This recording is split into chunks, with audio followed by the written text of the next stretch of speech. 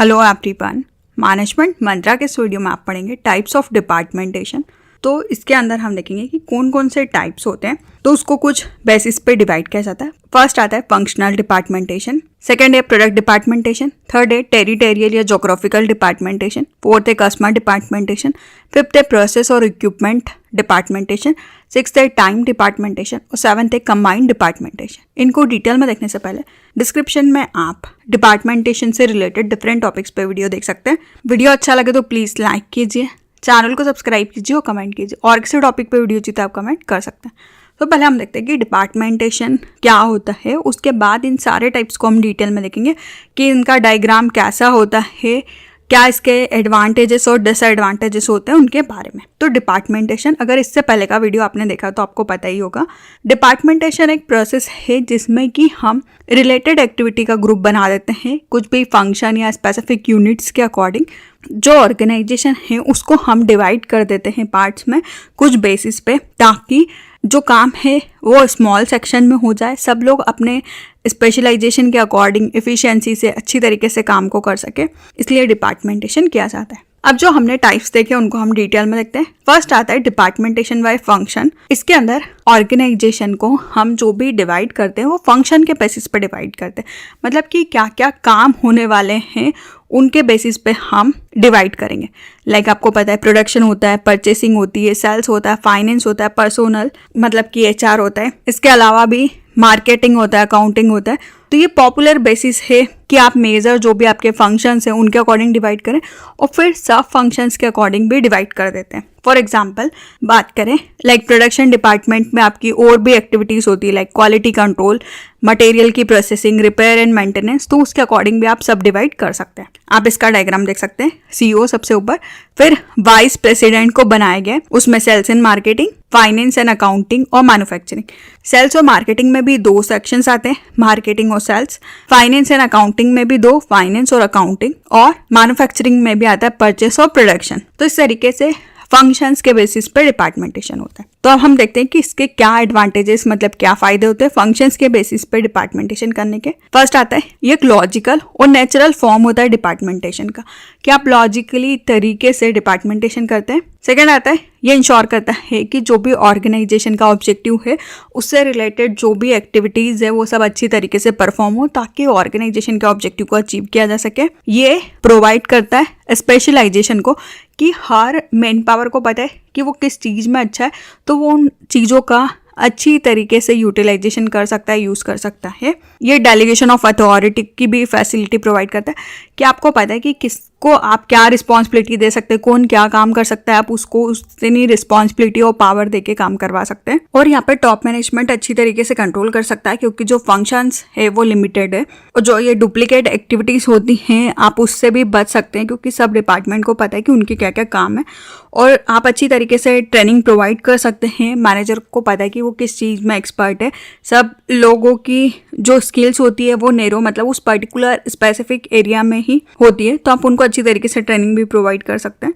इसके कुछ डिसएडवांटेजेस भी होते हैं। ये कन्फ्लिक्ट क्रिएट कर सकता है डिपार्टमेंट्स के बीच में। यहाँ पे जो मैनेजमेंट के डेवलपमेंट का स्कोप होता है वो लिमिटेड होता है, क्योंकि जो फंक्शनल मैनेजर्स रहते हैं उनको टॉप मैनेजमेंट की पोजीशन की ट्रेनिंग नहीं दी गई है कि वो सारे काम को कर सके। यहाँ पे बहुत ज़्यादा फोकस या जोर दिया जाता है स्पेशलाइजेशन पे, कि आप पर्टिकुलर ही टाइप का काम करेंगे। ये थोड़ा डिफिकल्ट होता है कि आप डिफरेंट डिपार्टमेंट्स की एक्टिविटीज़ के बीच में कोऑर्डिनेशन को करें, और ये इनफ्लेक्सिबल होता है और आपके ऑपरेशन में कॉम्प्लेक्सिटीज़ को भी क्रिएट करता है। सेकेंड आता है डिपार्टमेंटेशन बाय प्रोडक्ट डिपार्टमेंटेशन। इसमें आप जो भी ऑर्गेनाइजेशन के अंदर सेपरेट डिपार्टमेंट बनाते हैं वो प्रोडक्ट के बेसिस पे बनाते हैं।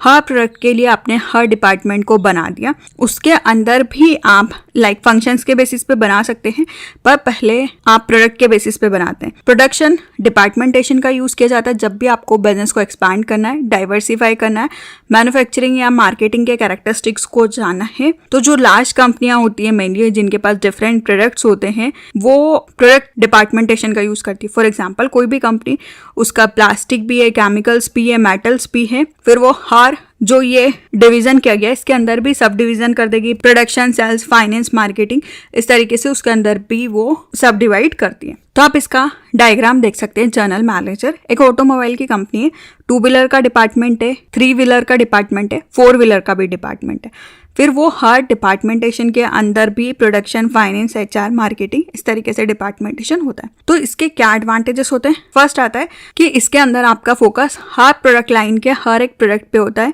आप उस प्रोडक्ट का अच्छी तरीके से एक्सपेंशन कर सकते हैं, डाइवर्सिफिकेशन कर सकते हैं, आप उसको अच्छी तरीके से एक्सपैंड कर सकते हैं। इसके अंदर आप पूरा यूज करते हैं जो भी स्पेसिफिक टाइप की प्रोडक्शन की फैसिलिटीज आपके पास अवेलेबल है उसके लिए। जो प्रोडक्शन मैनेजर होता है वो अकाउंटेबल होता है हर प्रोडक्ट में कितना प्रॉफिट हो रहा है उसके लिए, और हर प्रोडक्ट कितना आपके रिजल्ट में कंट्रीब्यूट कर रहा है, मतलब हर प्रोडक्ट किस तरीके से परफॉर्म कर रहा है, कितना प्रॉफिट दे रहा है, आप उसको अच्छी तरीके से इवैल्यूएट कर सकते हैं।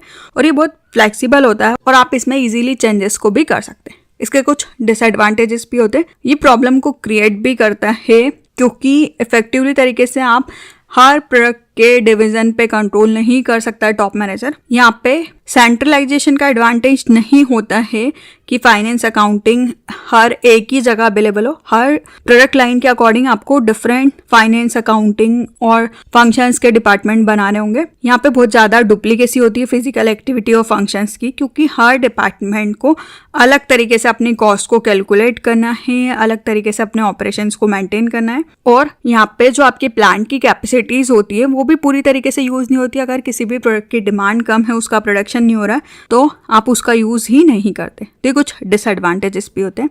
नेक्स्ट आता है थर्ड टाइप, डिपार्टमेंटेशन बाय टेरिटरी और जोग्राफिकल डिपार्टमेंटेशन। ये स्पेशली लार्ज स्केल इंटरप्राइजेस के लिए यूज होता है, like bank, insurance company, transportation company, distribution agencies, जो कि डिफरेंट जोन, ब्रांचेस या डिवीजन के अकॉर्डिंग चलती है।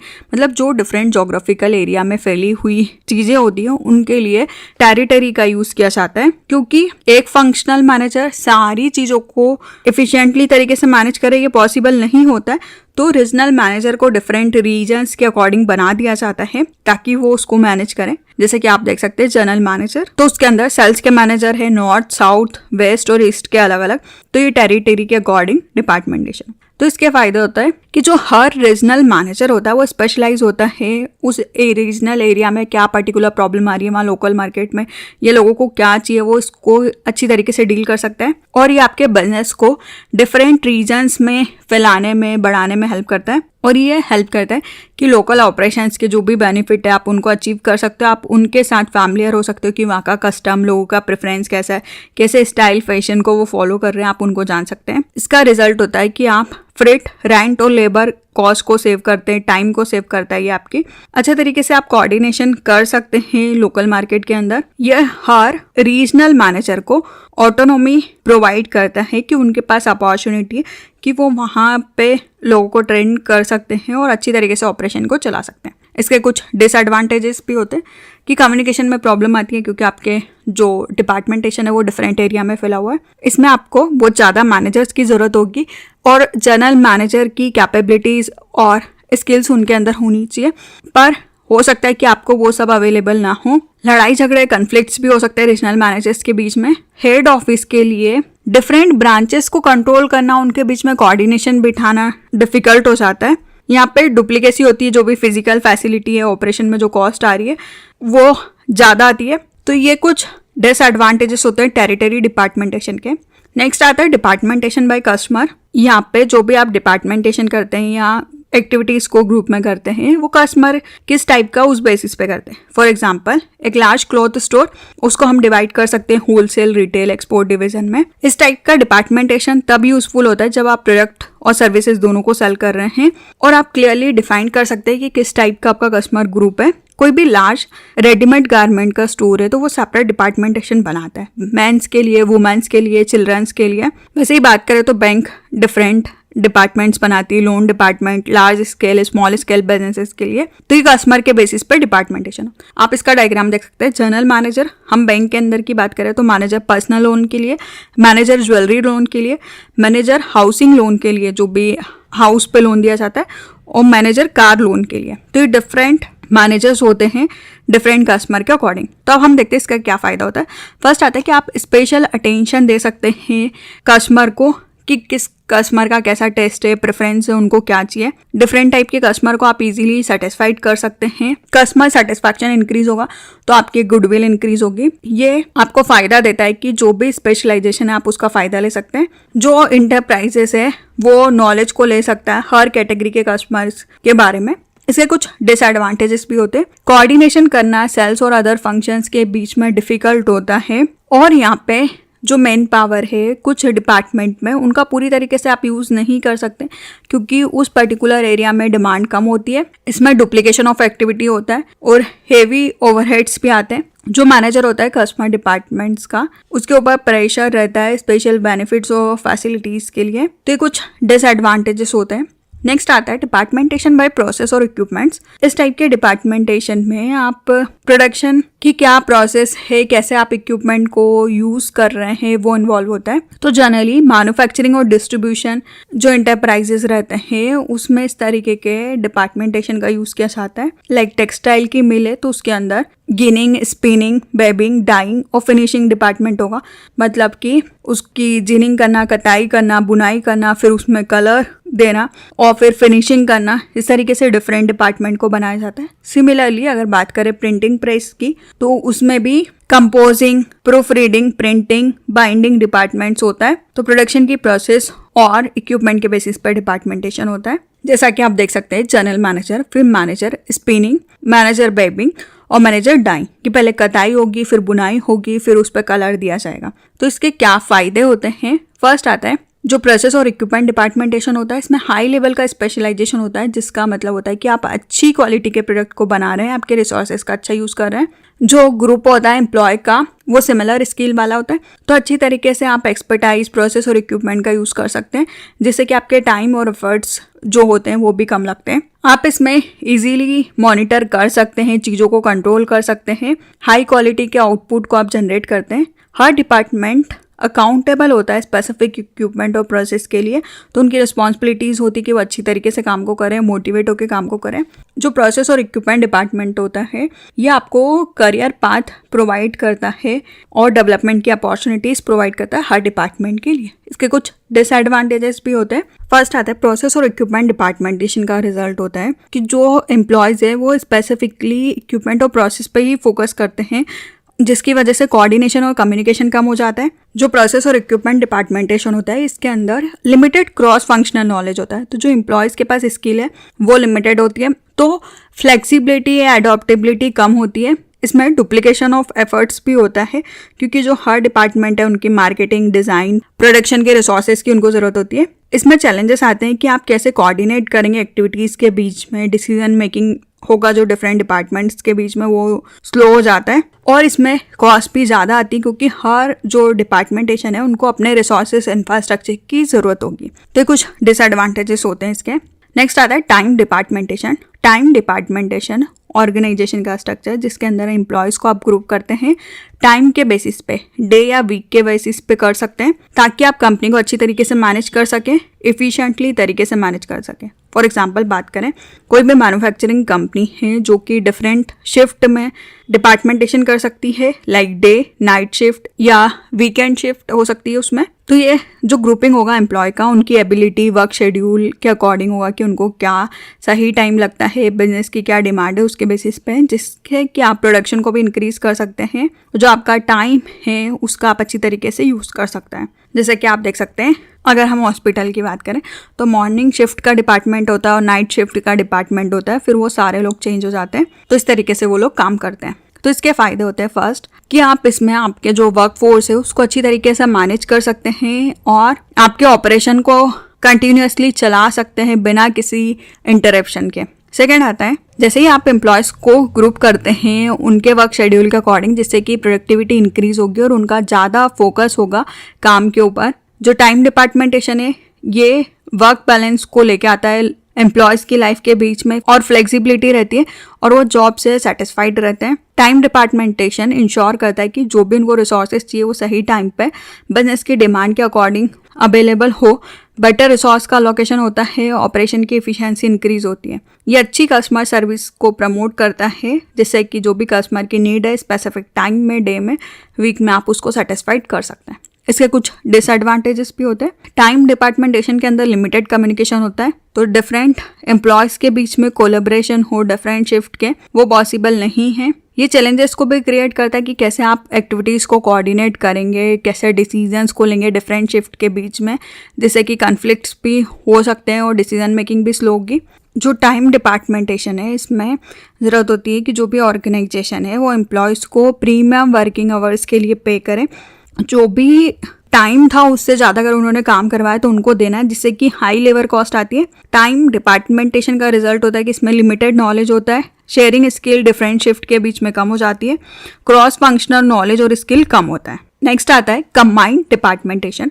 कंबाइंड डिपार्टमेंटेशन के अंदर हम 2 या 3 टाइप के डिपार्टमेंटेशन को कंबाइन कर देते हैं, जिससे कि ऑर्गेनाइजेशन की इफिशिएंसी और इफेक्टिवनेस को हम बढ़ा सकें। लाइक फंक्शन का भी हम यूज़ कर रहे हैं, प्रोडक्ट डिपार्टमेंटेशन का भी हम यूज़ कर रहे हैं, जैसा कि आप इसका डायग्राम देख सकते हैं। Departmentation on the basis of function भी है, जिसमें purchase, manufacturing, finance, research and development. On the basis of product भी है, project manager X, project manager Y, project manager Z. तो ये 2 बेसिस पे डिपार्टमेंटेशन, मतलब कि आपने यहाँ पे 2 टाइप के डिपार्टमेंटेशन को कंबाइन कर दिया है। इसका फ़ायदा होता है कि ये आप अच्छी तरीके से कोऑर्डिनेशन कर सकते हैं, डिफरेंट डिपार्टमेंट के बीच में कम्युनिकेशन अच्छा होगा।